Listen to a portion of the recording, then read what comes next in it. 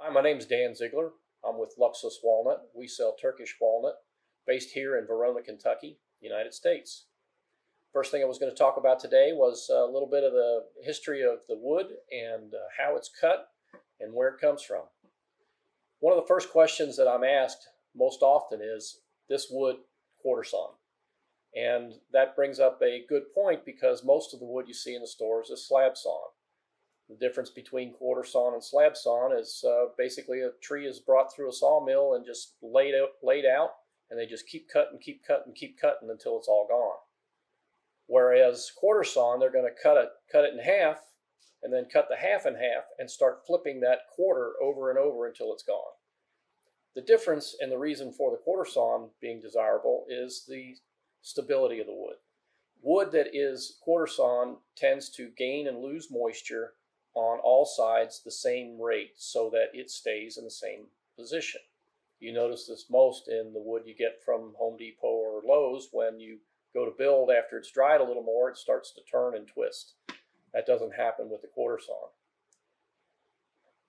When we talk about wood, we also talk about wood for rifles anyway. We talk about wood grading. So we have grading ranges 1 to 5, 1 to 10, utility to exhibition, depends on who you're talking to and how they sell the wood. I typically use a word presentation.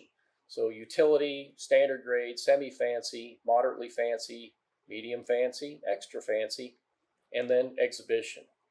And it makes a difference only to those who are really interested in getting the top piece of wood.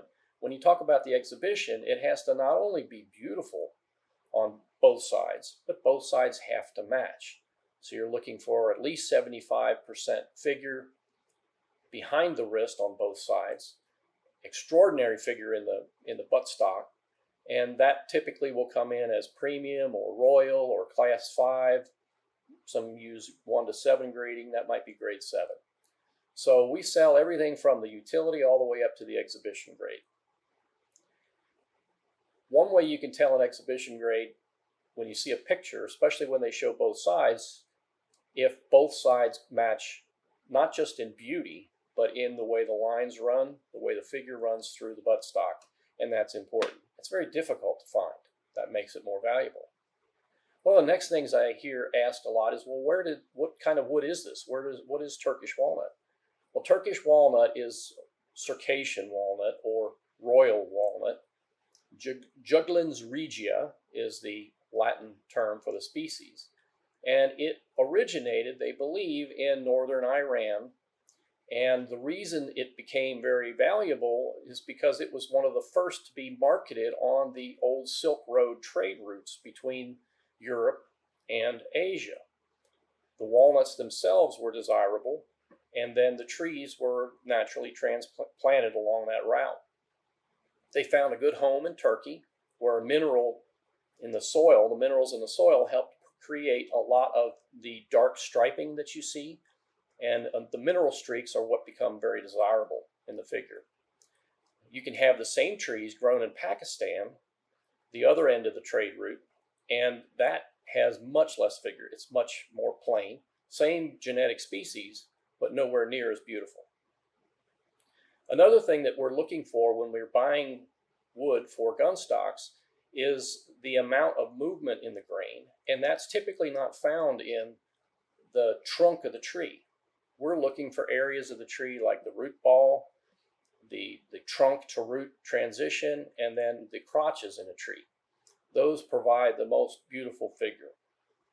So when you see a lot of trees out in California grown for nuts, a lot of them are pretty much straight, and they don't have the kind of figure that we can find most often in the Turkish walnut.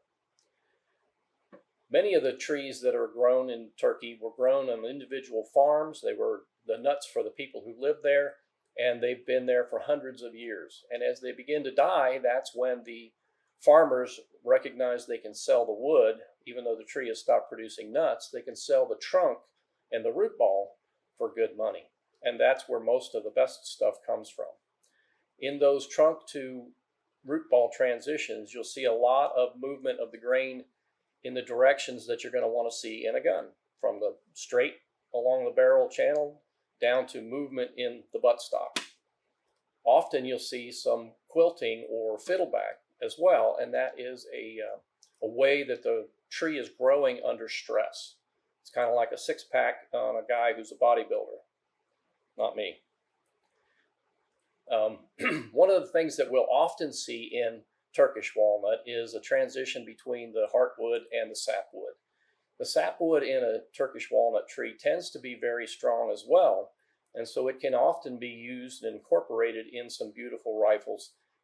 Normally you wouldn't want it because it tends to be soft, but we can find it very often in the transition pieces that they're still showing fiddleback and they are indicating a very strong piece of wood. So that kind of gives a history of Turkish walnut, the origins, where it came from, the kind of grading that we do, and when people ask for different grades, we can help them find those depending on what they're after. Burl is something that people ask for a lot. And what is burl? Burl is a section of wood that is effectively scar tissue. It is a place in the tree where there was injury, a disease, something happened to damage the tree, and now this is the tree's attempt at growing over that damage and protecting itself. Most often when that happens, you see a large ball on the side of a tree. It can be on the trunk, it can be on the branches, it can be in the root section if somebody has hit the roots a long time ago or if there was disease in the roots. And depending on where it's at, you can get different appearances of burl. Some of the burl in the root balls goes in every different direction because the roots were going in every different direction.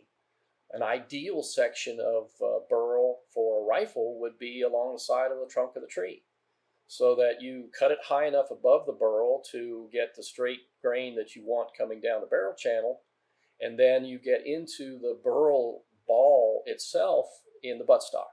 So you have the beauty of the burl in the butt, and then you have the beautiful straight quarter sawn rifle channel, the barrel channel. Most often, though, what we'll see in a typical burl is around the root section, and most of those are very difficult to get perfectly quarter sawn because they're in that transition from straight trunk to moving out around the roots. Those are the ones that become difficult to work with from a shotgun builder's perspective or a rifle builder's perspective because they don't have the grain that you would normally think of as strong grain. We've seen some builders use chassis inside the burls to make the beautiful wood strong because the wood is actually just a cover-up for the aluminum chassis that's underneath. That's one way to effectively have the beauty of burl and the strength of straight grain. Others will look for the perfect transition that we spoke about, where you're going to be looking at the grain straightening out through the wrist up into the receiver area and having the beauty of the burl in the butt. Most often when we see the grain, we're seeing a very plain, straight movement of the wood as it grows. Often we'll find fiddleback or curling or quilting. That is a way that the wood is growing, and it's sort of the rippling effect that you can see when you first cut into it, and especially after it's finished. That indicates that the wood was growing under strain, that there was a lot of back and forth push on the tree, for instance, that caused it to build that strong wood grain that becomes so beautiful when you finish it. So a shotgun builder is going to be more concerned about the strength in the receiver and the grip area. So as the impact from the shell pushes back on the receiver, that receiver is pushing back on the wood stock, so you need to have a very strong section at the head of the stock. The rifle builder is going to be looking for the same thing, but now they want a piece that's much longer. Their piece is going to have that straight grain all the way out to the tip of the barrel. So what they want, if it's going to be equally beautiful in the grip back, what they want is going to be more rare to come across.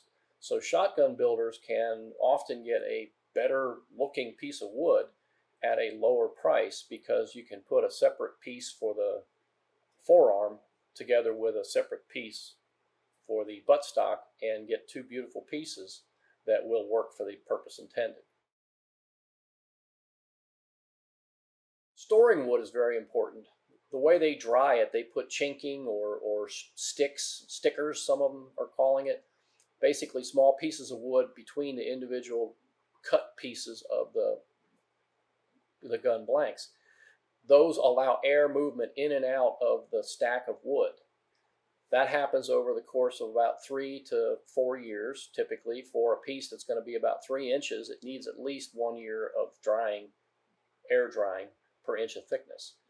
So once it's dried and then it's shipped, what we will typically do here is receive it, check the moisture content. If it's below 12%, it's ready to be sanded. If it's above 12%, it's going to have to sit for a while. If it's, say, 10 or 11%, we'll go ahead and sand it and let it sit until it's at least, or at most, 10%.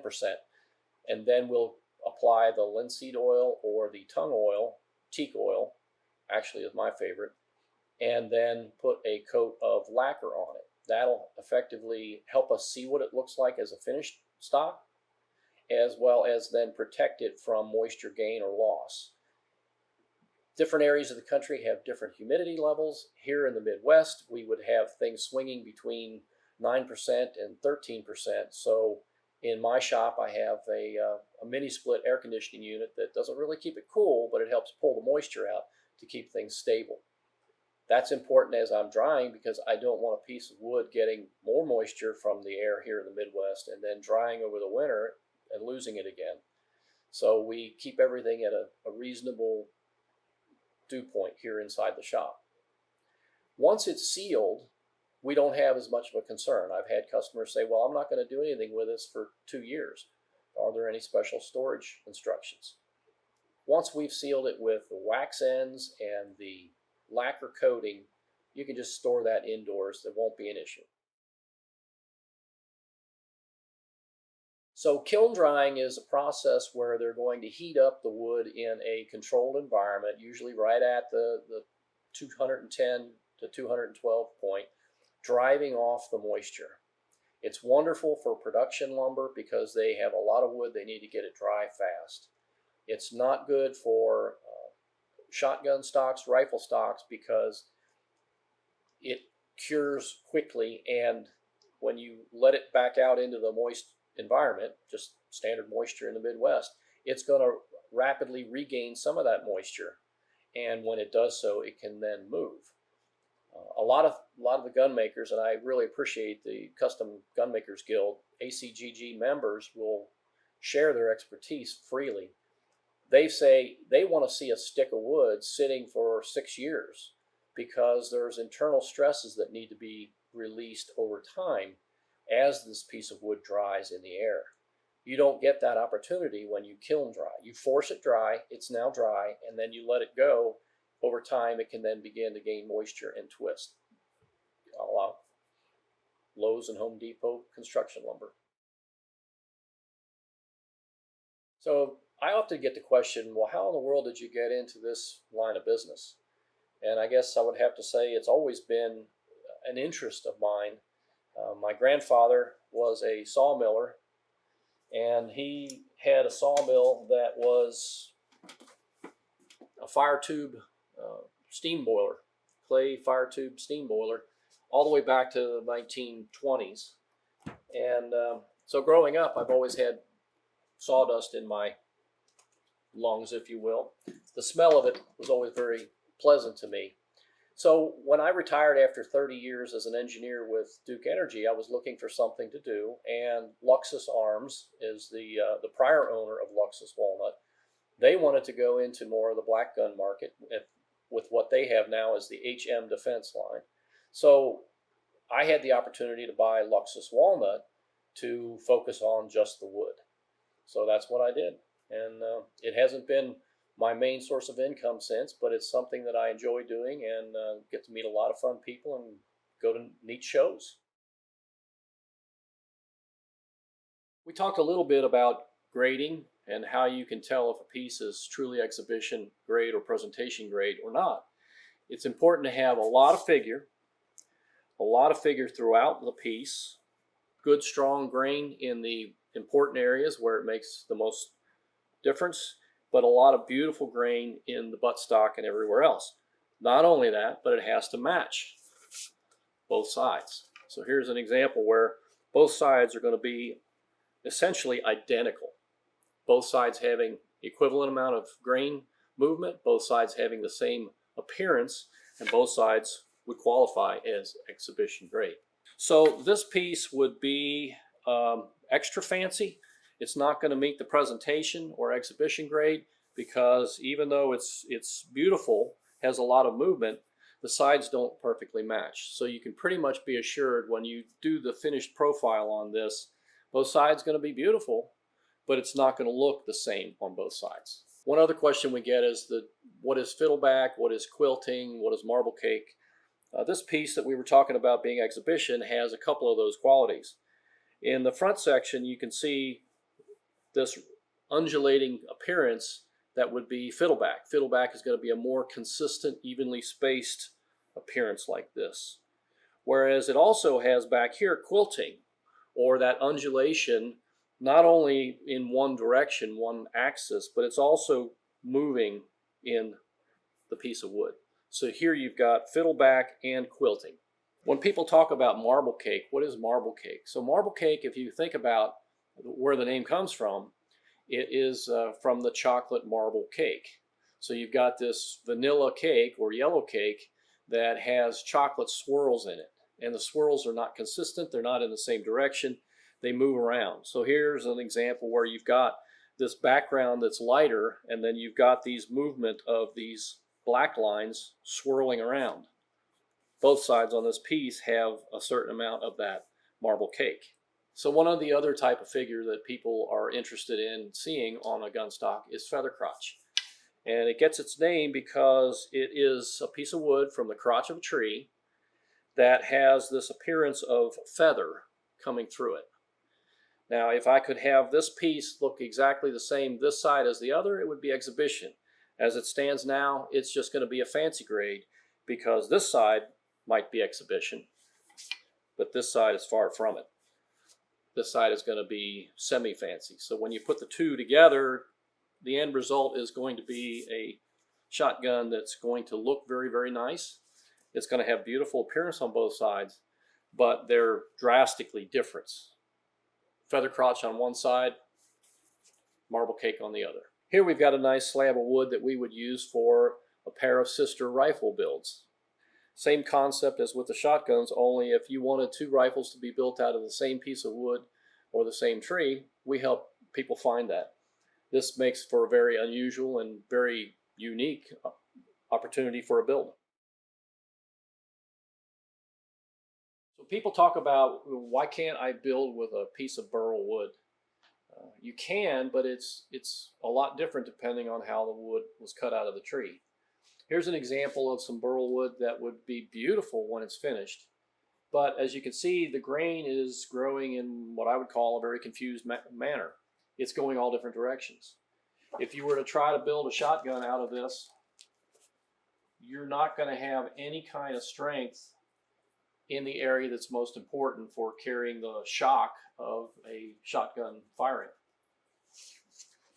This would be a piece of wood that would only be suitable for someone who's building with a chassis type construction. So they carve out essentially a hole in the center of this, and they would put a metal tube chassis inside of this to carry the shock loading from the receiver all the way back through to the butt plate, and they typically would also have a shock absorber system in it.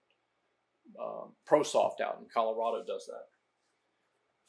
Here's an example of one that would actually be useful for a shotgun without any additional fabrication.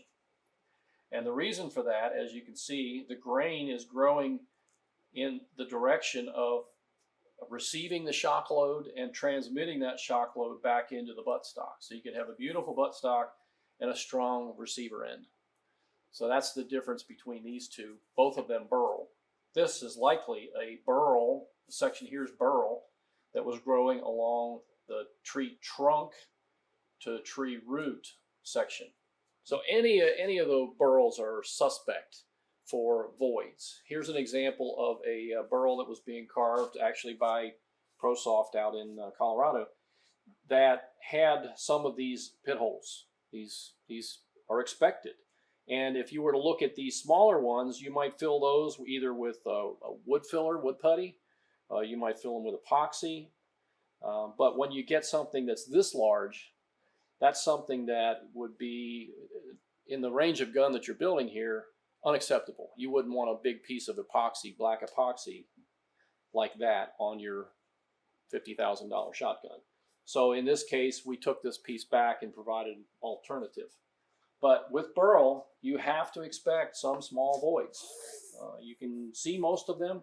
We try to avoid selling any if we see them, or if we do, we make sure people know about them. So one of the other things that can happen with Burl is you can end up with soft spots, or let's just say a whole bunch of voids that you don't like. So in the case of this one that we said build a chassis for, one of the other options is called stabilizing. And what that amounts to is you put this piece of wood in a tank, you pull a vacuum on it, and then you introduce a resin into the tank. And then all of these voids get filled with the resin. And it would either be clear, you could get black, you could get brown, you could even dye this to be some of the craziest looking wood you've ever seen. And then after it's completely impregnated with this resin, you take it out and you place it into a heating chamber.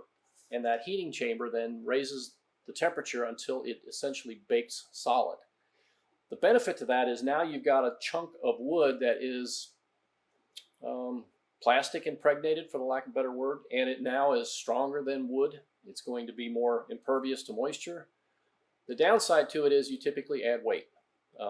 In many cases, it can almost double the weight.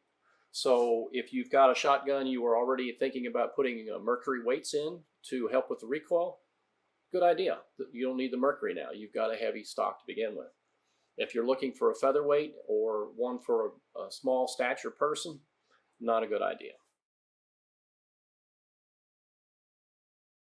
We talked a little bit about Turkish walnut and the fact that it's actually Circassian or royal walnut. The fact is, European walnut, whether it's Tessier French walnut without being on the Tessier plantation, or English walnut, it's all royal walnut, which originated, we believe, in northern Iran. And I talked a little bit about how Pakistani or Circassian walnut grown in Pakistan has less figure and less interesting characteristics from a gun builder's perspective. Here's a piece from Pakistan, and compared to some of these other pieces from Turkey, it's dramatically different. It's just very plain. This is very good utility grade. This is an excellent piece for military restoration or just a good strong utility rifle. But you don't see much in the way of mineral streaking, and you certainly don't see anything like the marble cake that you find in the Turkish walnut. In total contrast, here you've got a piece of black walnut, American black walnut, and how much darker that tends to be than either the Pakistani or the Turkish royal walnut. One other thing I wanted to talk a little bit about was the difference between wood that comes out of the trunk of the tree and wood that comes out of a burl, and I think these are some pretty good examples. You can see here, this is a beautiful piece of wood. It's very, very straight grained, and it's got a lot of dark mineral lines, mineral streaks that will help make this a very beautiful gun that's going to pop, so to speak, when you look at it. And here you've got a couple of burls. These came out of the same set of burls, the same set of blanks that were purchased. And what you can do with these is to make sister sets. Even though it's not out of the same piece of wood, these were literally sliced out of the same burl in the same tree in a series. So one of the things that I like to do that many other suppliers don't necessarily do is to actually use some of the wood that I sell. I never let any of the scraps go without looking at them and thinking, how can I make something out of them? Everything from wine stoppers, just pen holders, pistol grips, business card holders, even just messing around just to see how pieces of wood turn. This was a piece of burl, and I was a little worried how strong it might be if you turned it into a cylinder, and it turned out just fine. Gear shift knobs, thought it would be fun to make some of those. Even got into making knives One of the most important things that I've learned, though, in the industry is the camaraderie and the help that all of the Custom Gunmakers Guild members provide each other. I helped Dan Rosser a couple times finding the right piece of wood, and he helped me with this rifle with my uncle's little 22, and I wanted to see what it would be like to finish some of the wood myself. So he offered to rough cut, duplicate this stock in this piece of wood, and then I did the final sanding and fitting and finishing. Another thing I've been doing with the wood is helping Michael Ullman Precision Products. He does the checkering tools, and he needed something that he could provide with his checkering tool sets for customers to practice on, and the end result being something they could use. So I provided him the pieces of wood, and he's now providing customers with pieces that they can test checker, and they end up with a coaster. So we like to help guild members. We like to use the wood ourselves. I think this is a pretty good example of just how far afield we can get with the Turkish walnut.